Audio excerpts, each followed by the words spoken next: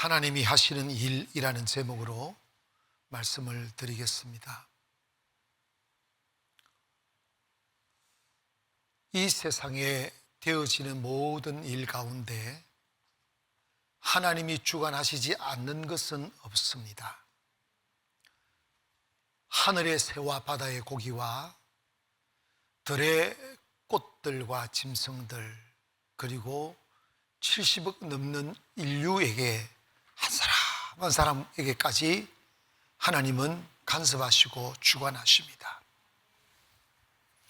그런데 우리가 인생을 살아보면 10대, 20대, 30대 아무 근심 없이 사는 듯 하여도 각자의 삶에서 들여다보면 삶이 너무 힘겹고 괴롭고 슬프고 길을 찾지 못하여 방황하고 살아가는 것을 보게 됩니다. 그래서 애써 자신을 자위하기 위해서 내가 아직 나이를 덜 먹고 인생의 경륜이 없어서 내 눈이 이렇게 어둡고 삶이 이렇게 힘든가 생각해서 애써 젊은 날의 힘겨움을 참아가며 더 인생의 경륜이 많아질 때를 기다리며 위로를 받고 오늘 하루하루를 살아가지만 나이가 50, 60이 되어도 길이 안 보여요. 70이 되면 더 안 보여요. 그래서 여러분 세상을 돌아가시면 예전에 장례를 치를 때 고인의 그 관 위에 학생이라는 단어를 써요. 학생 누구누구. 죽었는데 벌써 공부할 시간 다 끝났는데 학생이라는 것을 왜 붙였을까? 죽을 때까지 세상을 살아봐도 세상을 모른다는 거예요. 또 어디로 갈지도 모른다는 거예요. 이처럼 인생을 살 때 우리의 삶의 의문점이 참 많이 있습니다. 그리고 사람이 제일 먼저 다가오는 이 배고픔의 문제, 돈이 없어 배고프고 가난하고 힘든다고 생각해서 열심히 일을 하여 돈을 벌어보면 돈이 좀 벌리기도 해요. 돈이 딱 벌려지면 가난했을 때 상상했던 그 행복이 와야 되는데 돈이 많아질수록 근심이 되어져요. 참 아이러니해요. 근심이 되어서요. 차 하나도 없을 때는 그냥 걸어다니고 자전거 타고 다니는데 차 있으니까 처음에 차 막 나왔을 때 키스 날새라. 예전에는 초창기에요. 못 가지고 이렇게 많이 끌었어요. 못을 가지고 차 쫙 끌고 너무 막 심장이 떨어지는 느낌이잖아. 차라리 차가 없으면 그 고통을 안 당할 텐데. 뿐만 아니라 인생은 요즘 코로나로 인해서 우울증이 그렇게 많이 걸린다잖아요. 너무 외로운 거죠. 사실 이렇게 마스크를 쓰고 사니까 제일 좋은 거는 감기가 좀 덜 걸린다는 것밖에 없어요. 사람들이 말을 잘못하니까 우울증이 걸린다는 거예요. 막 씹으려고 해야 돼요. 아멘. 깜도 좀 지르고. 그런데 사람이 외로워서 내가 친구가 없어서 그런가 싶어서 그렇게 힘들게 번 돈을 투자를 해요. 밥 사주고 같이 여행하고 교제하는데 돈을 써요. 근데 정말 아이러니한 게 사람이 내 주변에 많으면 많을수록 더 외롭다는 거예요. 여러분, 그래서 군중 속의 고독이라는 말이 있어요. 사람들에게 둘러싸여 있는데 내 가슴을 터놓고 대화할 사람이 없는 거죠. 외롭고 그리고 너무 많은 상처를 받아요. 사람은 그런 것 같아요. 적당하게 거리를 두고 살아야지 너무 이렇게 가까이 가면 너무 상처를 받는 것 같아요. 천국 가면 그런 일이 없으리라고 생각해요. 뿐만 아니라 여러분, 코로나 터지기 전에 우리나라 사람들이 60 내지 65세 은퇴를 하는데 갑자기 사람들이 안 늙어요. 이렇게 오래 살아요. 그러다 보니까 몇십 년을 또 살아야 되는데 퇴직금 그 조그만 거 받아가지고 조금씩 빼먹으려고 하니까 이게 너무 답답한 거지요. 그래가지고 있는 거 다 털어서 사업이라는 걸 했어요. 식당도 차려보고 구멍가게도 차려보고 하다가 코로나가 딱 터져버렸어요. 코로나 딱 터져버리니까 돈 한번 벌어보지 못하고 월세만 내다가 그냥 완전히 번아웃된 사람들이 한두 명이 아니라는 거예요. 너무나 슬프고 너무나 아프고 너무나 두려워서 우리의 슬픔 좀 알아달라고 어디 가서 위로받을 곳이 없는 거지요. 여러분, 요셉은 종으로 팔린 뒤에 자신이 숨을 쉬고 희망을 안고 살 수 있는 길은 하나님을 경외하는 일밖에 없었어요. 하나님 앞에 잘 보여야 내가 살 수 있다. 그래서 배고파도 힘들어도 정의롭게 믿음으로 아름답게 살려고 몸부림을 쳤어요. 포티발의 아내가 유혹을 해요. 그는 종이기 때문에 그분에게 관심과 사랑을 받으면 삶이 편해진다는 걸 누가 모르겠어요. 그럼에도 불구하고 하나님 앞에 득죄하지 않으려고 도망을 쳤잖아. 그런데 왜 감옥을 가요? 아무도 없는 그 외로운 방, 죽음 외에는 끝낼 수 없는 그 절망의 방에 들어갔어요. 요셉의 입장에서 생각해 보면 얼마나 하나님이 원망스럽겠어요. 하나님은 어디 계시냐고 반문하지 않겠습니까?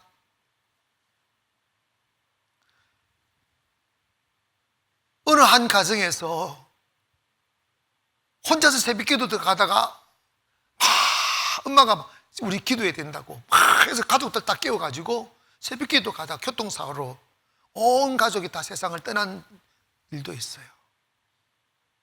이걸 여러분 어떻게 이해하시겠어요?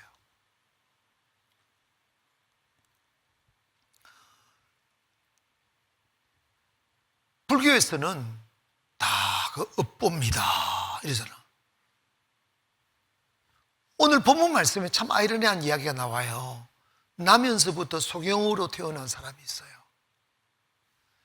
그 삶이 너무 힘겹고 불쌍하고 처절해서 주변에서 보던 사람들이 너무 안타까우니까 예수님에게 와서 물었어요. 예수님, 이 사람이 소경으로 태어나 이렇게 처절한 불행한 삶을 살아가는 데는 뭐가 이유가 있지 않느냐? 본인의 죄 때문에 그렇습니까? 아니면 부모의 죄 때문에 이렇게 되었습니까? 라고 물었을 때 예수님이 이것은 자신의 죄도 아니고 부모의 죄도 아니라 하나님이 하시는 일을 하시는 것이다 그러죠. 여기에 여러분 눈을 떠야 됩니다. 여러분, 우리는 찰나만 보고 판단하는데 그렇지 않아요. 자, 본문은 이렇게 생각합니다. 나면서부터 소경된 사람이 있더라는 거예요.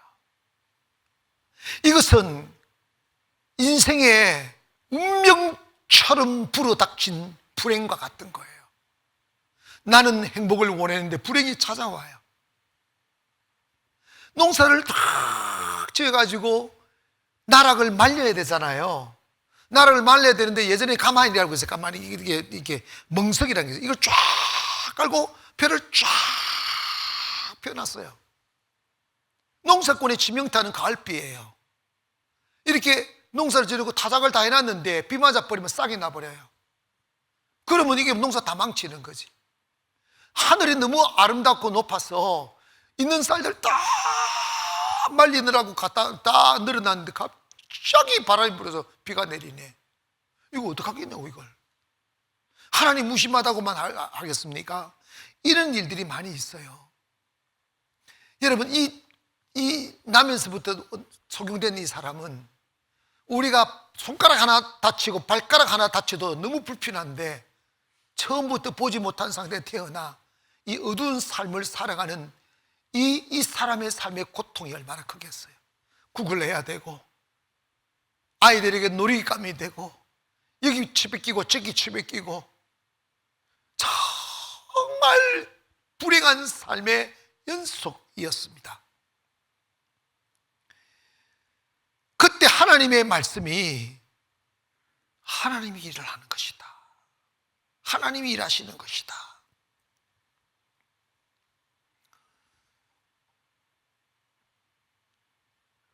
우리도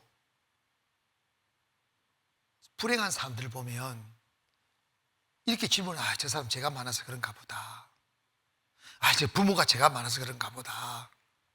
이렇게 말할 때가 있어요. 욥이 고난을 당했잖아요. 죄 때문이가 아니고 일시적으로 사탄이가 하나님의 허락을 받고 고난을 주신 건데, 그 욥의 세 친구 중 엘리바스가 이런 이야기를 해요. 당신이 우리가 모르는 하나님 앞에서 은밀한 죄를 많이 지었기 때문에 이렇게 된 거 아니냐고 하면서 떠나가 버려요. 아내도 희망 없음을 보고 침을 뱉어버리고 하나님을 저주하고 죽으라고 하면서 떠나가 버렸어요. 이것은 바로 사람들이 생각할 때 뭔가 어려움을 당하면 다 죄 때문에 그 어려움을 당한다고 생각하기 때문입니다. 물론 그것도 맞을 수가 있어요. 하나님의 사람들이 하나님 앞에 범죄하고 거역하고 살아가다가 하나님이 선지자를 통해서 회개를 촉구하고 회개의 기회를 주었을 때, 회개하면 하나님 무조건 용서하셔요. 아멘 합시다. 무조건 용서하세요. 다윗이 우리아의 아내 바세바를 취하고 잔인하게 우리아를 죽였어도 하나님 앞에서 눈물로 회개하니 하나님 그걸 용서하셨다고 그랬었어요. 그런데 여러분, 큰 죄든 적은 죄든 여러분 회개하지 아니하면 용서 못 받고 쌓이고 쌓이면 하나님이 징벌하십니다. 그래서 인생을 길게 보면 점점 연세가 더해질수록 아름다워지고 부유해지고 할렐루야 축복으로 쌓이기를 원합니다. 그건 뭐냐면 하나님 앞에 겸손하게 회개하며 사는 사람들의 모양이에요. 그런데 교만이 딱 들어오면 회개가 안 나와요. 교만의 영은 자기 게 아닙니다. 교만의 영은 사탄의 영인데, 딱 교만의 영이 오면 자기가 그렇게 인식하지 않으면서도 의식 속에는 자기 하나님이 되어버려요. 결국은 뭡니까? 맨날 다른 사람 쳐다보고 비판하고 심판하고 판단하고, 그런 사람 진짜 많아요. 옆에 있는 사람 보면 진짜 사람 같지도 않는데 지는 하나님이 되어 있어요. 얼마나 불쌍합니까? 자기 자신도 모르는데 말이에요. 오늘 우리가 그리스도인들이 신앙생활 하면서 정말 경계하고 조심해야 될 게 뭐냐면, 교만의 영이 여러분을 사로잡지 않도록 항상 마음을 청소하시고 이렇게 여러분을 자꾸 이렇게 돌아봐야 돼요. 주여 겸손하게 해달라고. 그러나 그와 정반대로 그가 아름다웠어도, 그가 정말 하나님 앞에 온전히 서려고 몸부림을 치셨어도 우리가 이해할 수 없는 고난을 당하는 사람이 너무 많아요. 특별히 하나님이 귀하게 쓰시려고 하시도록 하나님의 나라의 유업을 이어 하나님의 영광을 선포할 사람일수록 일반 사람들에게는 닥칠 가능성도 없고, 그리고 이겨낼 힘도 없을 만큼 큰 고난들이 다가와요. 다윗은 정말 하나님, 어릴 적부터 하나님밖에 몰랐던 사람이에요. 근데 그는 수십 년을 도망다니는 그 수모와 고통 속에서 시달렸어요. 시편을 읽어보면 다윗의 가슴 속에 그 새겨진 한들과 슬픔과 아픔들은 하늘의 별처럼 많아 셀 수가 없어요. 그가 건강하게 된 것은 하나님의 위로로 상처를 치유받았으니 아름다웠지, 그가 단련받는 과정에서 당했던 고통과 슬픔과 억울함과 아픔들은 정말 셀 수 없이 있습니다. 바울은 어떻습니까? 바울은 복음을 위해서 일하지 않을 때는 다 가졌잖아요. 권력도, 재물도, 명예도 다 가졌어요. 근데 예수 믿는다고 다 잊어버리고 두드리 맞고 도망다니고, 이거 누가 이해하겠어요?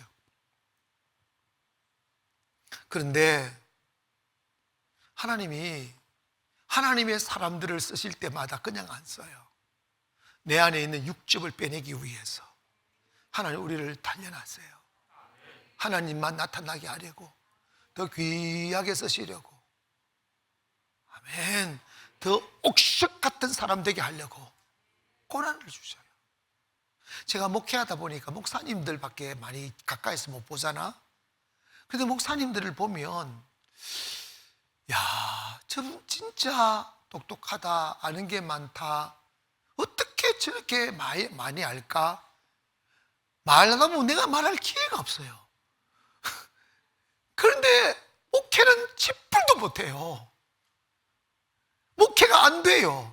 여기가 더 망하고 저기가 더 망하고 여기가 더 망하고 저기가 더 망해요. 결론이 뭐냐? 똑똑한 것 가지고 되는 게 아니에요. 하나님 앞에서 다듬어져야 돼요. 하나님의 영성이 스며들어야 돼요. 하나님의 성품이 스며들어야 돼요. 여러분, spirituality라고 하는 영성이라는 건 not a knowledge, 지식이 아니에요. 연단과 고통을 통하여 그 뼈를 깎아내는 고통으로 빡 삐져나가는 고통을 통하여 주님이 내 안에 스며드는 거예요. 오이지를 담을 때 껍질 깎은 오이에 소금을 쳐버리면 그 깎인 피부를 뚫고 소금이 표피 속으로 막 들어가서 그 모든 그 물들을 빼내듯이, 고난은 우리의 교만을 빼내고, 고난은 우리의 자만을 빼내고, 고난은 우리의 자랑을 빼내고, 육즙을 빼내고, 탐욕을 빼내고, 예수의 영을 집어넣는 거예요.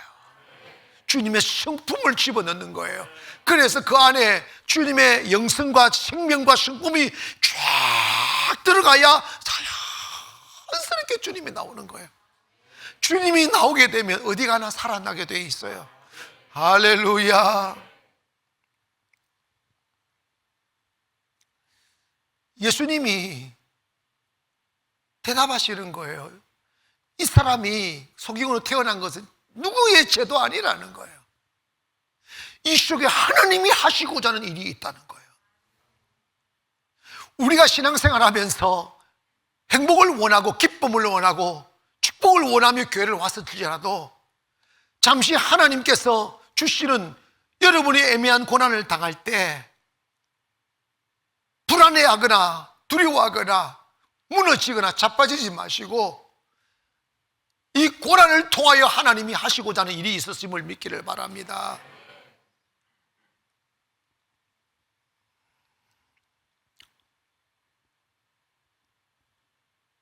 어떤 젊은 부부가 은혜를 받았어요. 목사가 되었어요. 주님의 보혈이 너무 감사하여 나도 주님처럼 주님 모르는 나라 가서 복음을 전하며 살아야겠다고 해서 아내를 설득해서 젊은 부부가 파키스탄을 갔어요. 파키스탄에 가가지고 열심히 복음을 전했어요. 잘 전해지지가 않는 거예요. 아시잖아요. 그래서 이렇게 저렇게 하다가 남편 되는 선교사께서 조금 다른 지역으로 가가지고 복음을 전하고 저녁에 들어와 보니까 집이 난장판이 돼 있는 거예요. 가슴이 철렁 내리 앉아 문을 확 열고 들어가 봤더니 아직도 그 사랑의 뜨거움이 사그러지지도 않았는데, 아직도 바라보기만 하면 너무 사랑스러운 아내의 눈빛이 아직도 선한데, 그 아내가 누군가가 들어와 온몸에다 칼을 난노질 내버리고 사달한 죽음으로 방에 누워있는 거예요. 주님 전하려고 했는데, 주님 전하려고 결혼하자마자 파키스탄으로 갔는데 사랑도 제대로 해보지 못하고 행복도 제대로 누리지 못하고 이렇게 사달한 죽음으로 변해버린 아내의 모습을 볼 때 이 남편으로서 얼마나 상심이 되겠어요. 미친 듯이 정신을 놓고 있다가 정신을 차리고 시체를 수습하고 그곳에다가 묻은 거지. 묻고 갈 때는 두 사람이었는데 올 때는 홀로 대한민국으로 다시 돌아왔어요. 6개월을 이곳저곳 미친 듯이 돌아다니며 울었어요. 울다 지쳤을 쯤 됐을 때 하나님의 음성이 들려옵니다. 너 십자가를 아느냐고. 왜 예수가 땅에 오셔서 그렇게 비참한 모습으로 죽었느냐고. 인간은 육체만 있는 것이 아니다. 영혼이 있다. 영혼을 살려야 된다. 그 음성을 듣고 다시 그 비운의 땅 파키스탄으로 가기 위해 비행기 위에 자기 몸을 싣고 아내가 묻혀있는 그 무덤가로 가서 무릎을 꿇고 내가 당신 곁에서 주를 전할게 하면서 다시 돌아가 복음을 전한 거지. 여러분, 우리가 살다 보면 이해하지 못할 일들이 많이 있어요. 열심히 교회를 다니려고 했는데 아버지가 불치병에 걸렸어요. 이게 어떻게 이야기해? 그런데 놀라운 것은 그 불치병으로 인해서 막 기도하다가 믿음도 좋아졌다잖아. 병도 낫고. 그래서 여러분 기억하세요. 다음 따라 하실까요? 하나님이 하시는 일은 언제나 선하시다. 아멘. 여러분, 이 소경이 앞을 보지 못했기에 구덩이에 빠지고 아이들에게 장난감 되고 국을 해야 되고 어두운 삶을 살았지만 그 슬픔이, 그 아픔이 예수를 원하게 된 거지. 공간부모에 보면 이 소경이 외칩니다. 예수의 외칩니다. 그 수많은 사람들 있음에도 불구하고 나를 불쌍히 여겨달라고 외치다가 예수님의 발걸음을 멈추게 만들어요. 그래서 예수님이 물으셨어요. 네가 무엇을 원하느냐고. 예수님, 내가 보기를 원하나이다. 이게 못 보니까 보기를 원합니다라고 했겠지. 그거 아니에요. 있잖아요, 사람이 그 어떤 고난을 당해도 정신 살아있으면 이겨내요. 정신 죽으면 끝나는 거예요. 너무나 많은 사람들이 반복되는 고난과 가난과 불행을 벗어버리려고 하는 열정을 갖지 아니하고 운명처럼 받아들여 버려 칙칙하고 어두운 곳에 영혼이 살다 죽어요. 그러나 이 소경을 오늘 성경에서 소개하는 것은 태어나면서부터 소경으로 태어났기에 단 한 번도 밝음을 보지 못하고 운명이 되어버린 이 사람도 예수님 만나면 내가 볼 수 있다는 희망을 가졌다는 거예요. 교회 오시면 믿음이 여러분의 인생을 바꿔야 돼요. 믿음이 여러분의 가난을 바꿔야 되고 절망을 바꿔야 되고. 할렐루야. 여러분, 예수 그리스도는 크리에이터, 창조주이십니다. 못하실 일이 없다 이 말이에요. 죽은 자를 살리시고 백다기를 군대 만드신 하나님이십니다. 찬송은 잘한다? 전능하신 나의 주 하나님은 능지 못하실 일이 전혀 없네 이러잖아. 믿어지지 않으니까 목소리가 떨리는 거예요. 여러분, 교회 오셔서 왜 교회가 가난해야 됩니까? 왜 성도가 가난해야 됩니까? 왜 교회가 무너져야 됩니까? 왜 성도가 무너집니까? 이유는 뭐냐면 그 안에 믿음이 없기 때문이에요. 열정이 없기 때문입니다. 예수님을 구원자로 보지 못하는 거예요. 최소한 이 소경은 예수님은 내 눈을 볼 수 있게 할 수 있다는 것을 믿은 거지. 예수야, 내가 보기를 원하나이다. 예수님이 지금까지 살아온 삶이 힘들고 괴로웠음에도 그냥 안아주면서 아이고 너무 아팠지 힘들었지 하면서 만져주면 기도해주고 띄워주면 얼마나 좋아. 예수님은 정말 엉뚱해요. 그래서 여러분, 믿음은 무조건 순종이라는 말은 내 생각이 있으면, 내 판단이 있으면, 내 기준이 있으면 결코 하나님의 기적 경험하지 못해요. 예수님이 있잖아요, 사람이 살면서 가장 모멸감을 받을 때가 언제냐면 얼굴에 침뱉음을 받으면 못 견뎌요. 여러분, 싸워도 절대로 상대와 침뱉지 마세요. 그거 죽어요, 그거. 아멘. 죽는다니까. 그런 꼴 안 나가기를 바랍니다. 예수님이 십자가 못 박히실 때 제일 먼저 받은 게 침뱉음 받은 거예요. 최고 잔인한 학대입니다. 근데 예수님이 침을 뱉어서 흙에다가 뱉어서 흙을 발라요, 이렇게. 그래, 흙을 이겨요. 그걸 소경의 머리에다 눈에다가 발라줘요. 결코 아름다운 모습이 아니에요. 이거 말이 아니에요. 그리고 그 흙 묻은 얼굴로 실로암 가서 시술 하잖아. 그 과정은 우리가 받아들일 수 없는 문제들이 너무나 많아요. 이해되지 않는 문제들이 너무나 많아요. 그냥 선물로 보게 하시면 멀쩡하게 그냥 깨끗하게 해주면 되는데 왜 이렇게 요구하는 것들이 많을까? 그게 뭐냐면 하나님의 능력은 내가 없어야 나타나는 거예요. 내 고집이, 내 자랑이, 내 자존심이, 내 교만이 없어야 나타나는 거예요. 그래서 단련은 내 고집과 내 교만과 내 자랑과 내 지식을 깨뜨리는 거예요. 다 깨뜨려 부셔버리고 주님의 성품이 스며들 수 있게. 놀라운 사실은 이 소경은 아무 소리 안 하고 씻기 들어가는 거예요. 온 얼굴에 흙투성이가 돼서 이렇게 짓고 할 때 아이들이 얼마나 놀렸겠어요. 실로암이 어디냐고, 실로암을 가면 어디냐고 막 물어 실로암 가서 지팡이를 놓고 씻었어. 씻는 그 순간 그 눈이 밝아졌다는 거야. 그래서 하나님이 하시는 일은 선하시다. 이 사람을 통하여 믿음이란 무엇인지, 순종이란 무엇인지 가르치는 거예요. 하나님이 하시는 일은 어떻게 하는지 가르치시는 거예요. 결과가 아름다운 거예요. 한 번도 봐지 못했던 세상이 보이기 시작하는 거예요. 하늘도 보이고 땅도 보이고 바다도 보이는 거예요.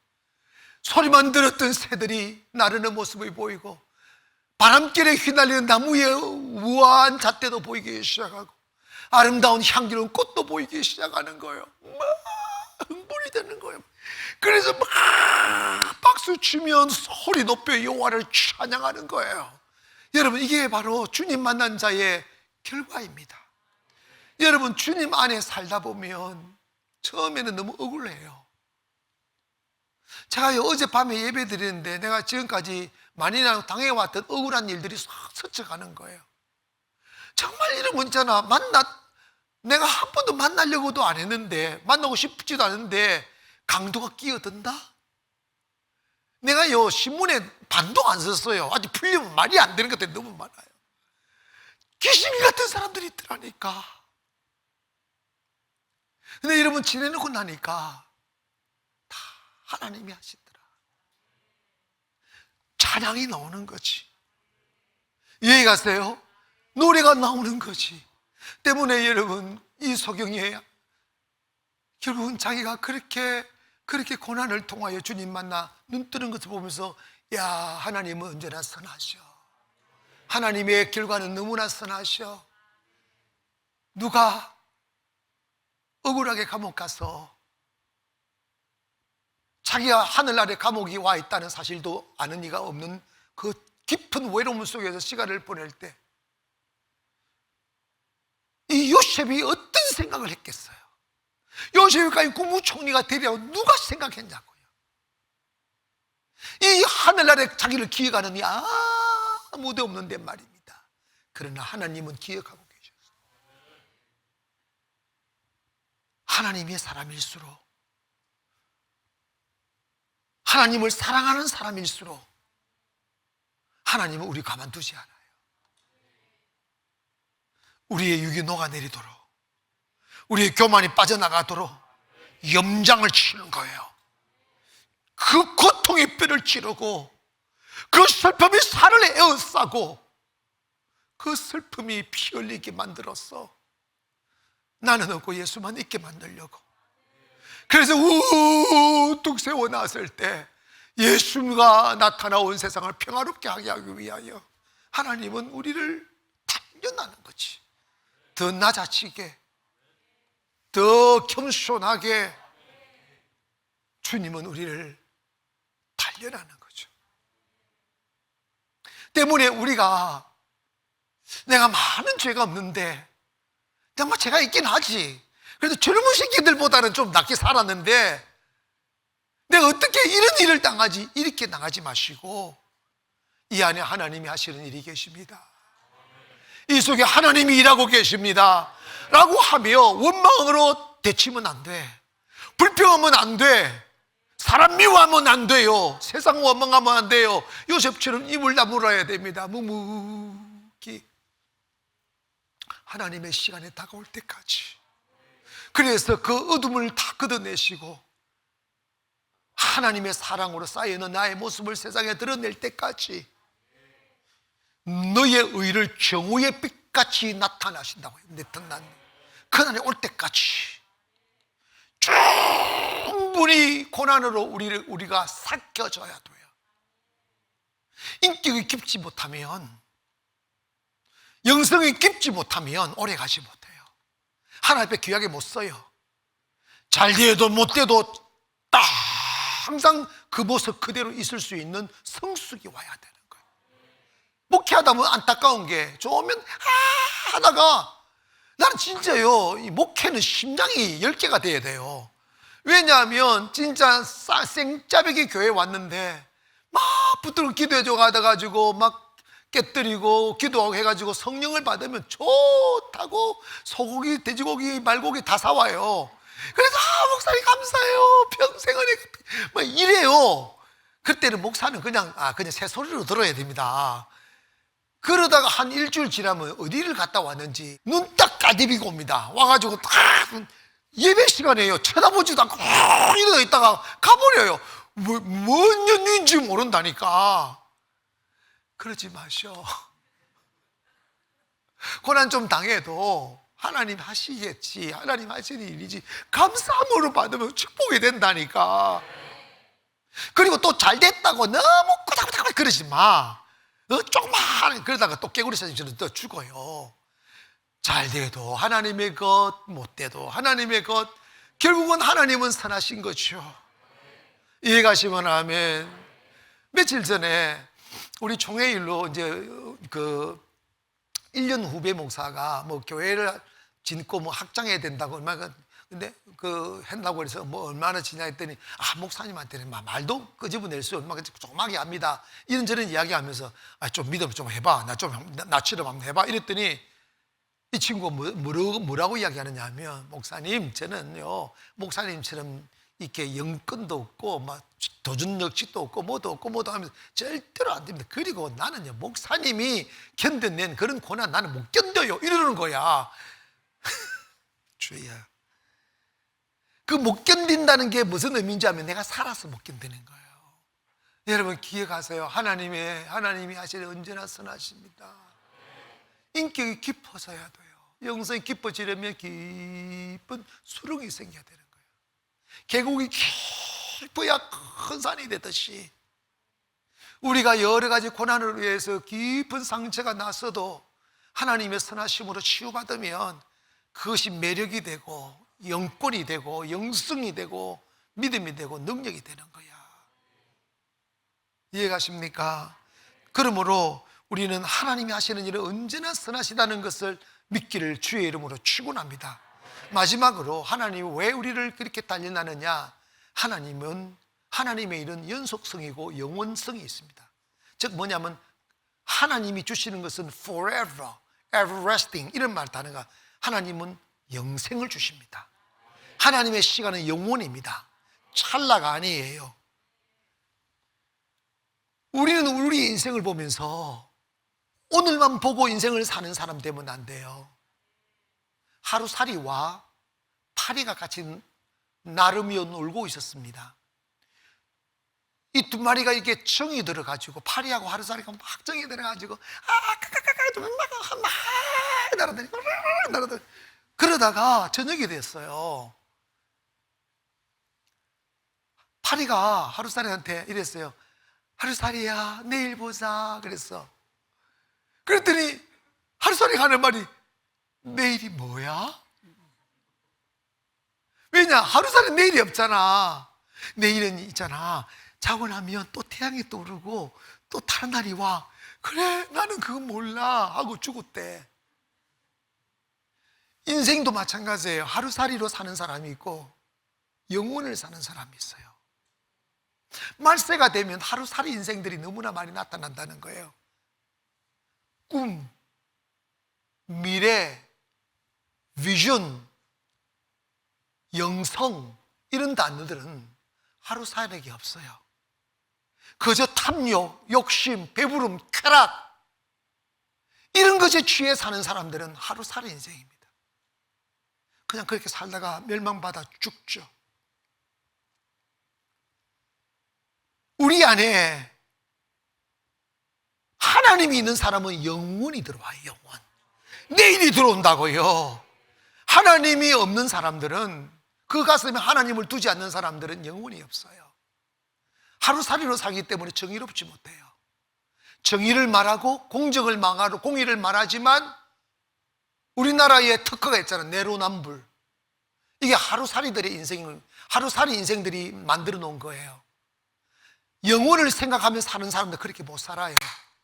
하나님을 얻으려고, 하나님 잃어버리지 않으려고 요셉처럼 사는 거죠. 아멘 합시다. 하나님 얻으려고 다니엘처럼 사는 거죠. 왜 하나님께서 우리를 단련시킵니까? 믿음 좋은 사람일수록, 사명이 큰 사람일수록, 거기서 쓰려고 하는 사람일수록 왜 더 큰 고난을 주십니까? 그 이유는 인생은 하루살이가 아니기 때문입니다. 오늘 하루 고난 다 이겨내면 내일의 시간에 더 큰 영광을 주시는 거지.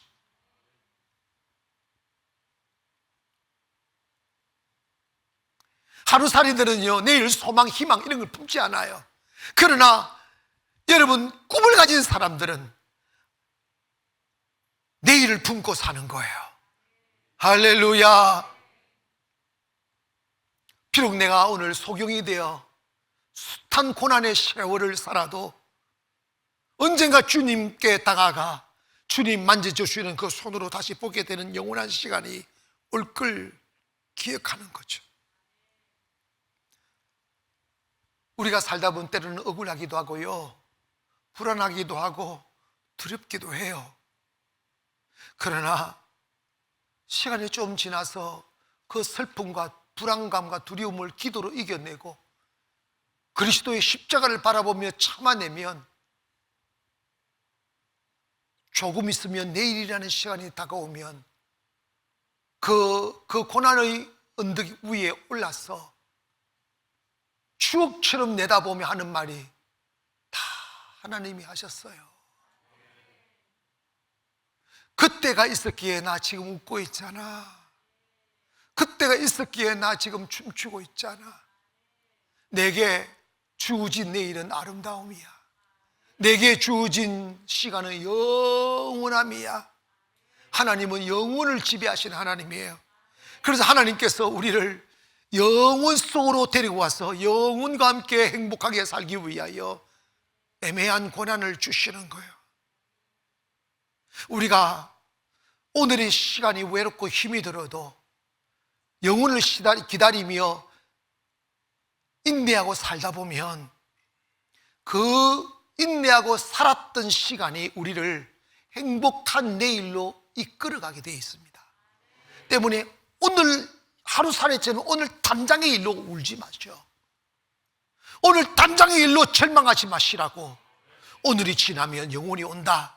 오늘이 지나면 더 아름다운 내일이 온다. 내일을 기대하고 내일을 가진 사람들은 오늘을 무너지지 않아요. 쉽게 자기를 포기하지 않는다고. 하나님이 지금 일하고 계신다고. 나는 이해하지 못하고 내가 왜 울어야 하는지, 내가 왜 이런 일을 당해야 되는지, 내가 이렇게 왜 억울한 일을 당해야 되는지 몰라요. 그런데 시간 지나고 나면요 다 알게 돼요. 나를 높이시라고, 아름답게 빚어가시라고, 하나님 영광을 선포하게 하시려고 하셨던 과정임을 우리 알게 됩니다. 사랑하는 성도 여러분, 세상을 살다 보면 너무나 부조리한 일들을 많이 경험하게 되고 불의한 사람들 많이 보게 됩니다. 왜 하나님 저런 사람을 내 옆에 두는지 이해 안 되죠. 하지만 지내고 나면요, 그 모진 사람을 통하여 단련되고 모진 고통을 통하여 연그러지면 그 원수를 찾으려고 하여도 찾지 못하게 하시는 하나님이에요. 원수의 목전에서 상을 차려주시고 내 머리에 기름을 바르셨으니 내 잔이 넘치게 하시고, 할렐루야, 원수들이 내 앞에 무릎을 꿇게 하신다고 하셨어요. 단련 잘 받으세요. 오늘 혹시 여러분 중에도 이해하지 못하는 고난이 있거나 이해할 수 없는 아픔들이 있을지라도 이거 다 하나님이 하시는 일이고, 하나님이 하시는 일은 언제나 선하시며 이 고난을 통해 우리에게 행복한 영혼을 약속하고 계신다는 사실을 기억하여 오늘 하루 아주 찰지게 야무지게 믿음을 가지고 살기를 주의 이름으로 축원합니다. 기도하겠습니다.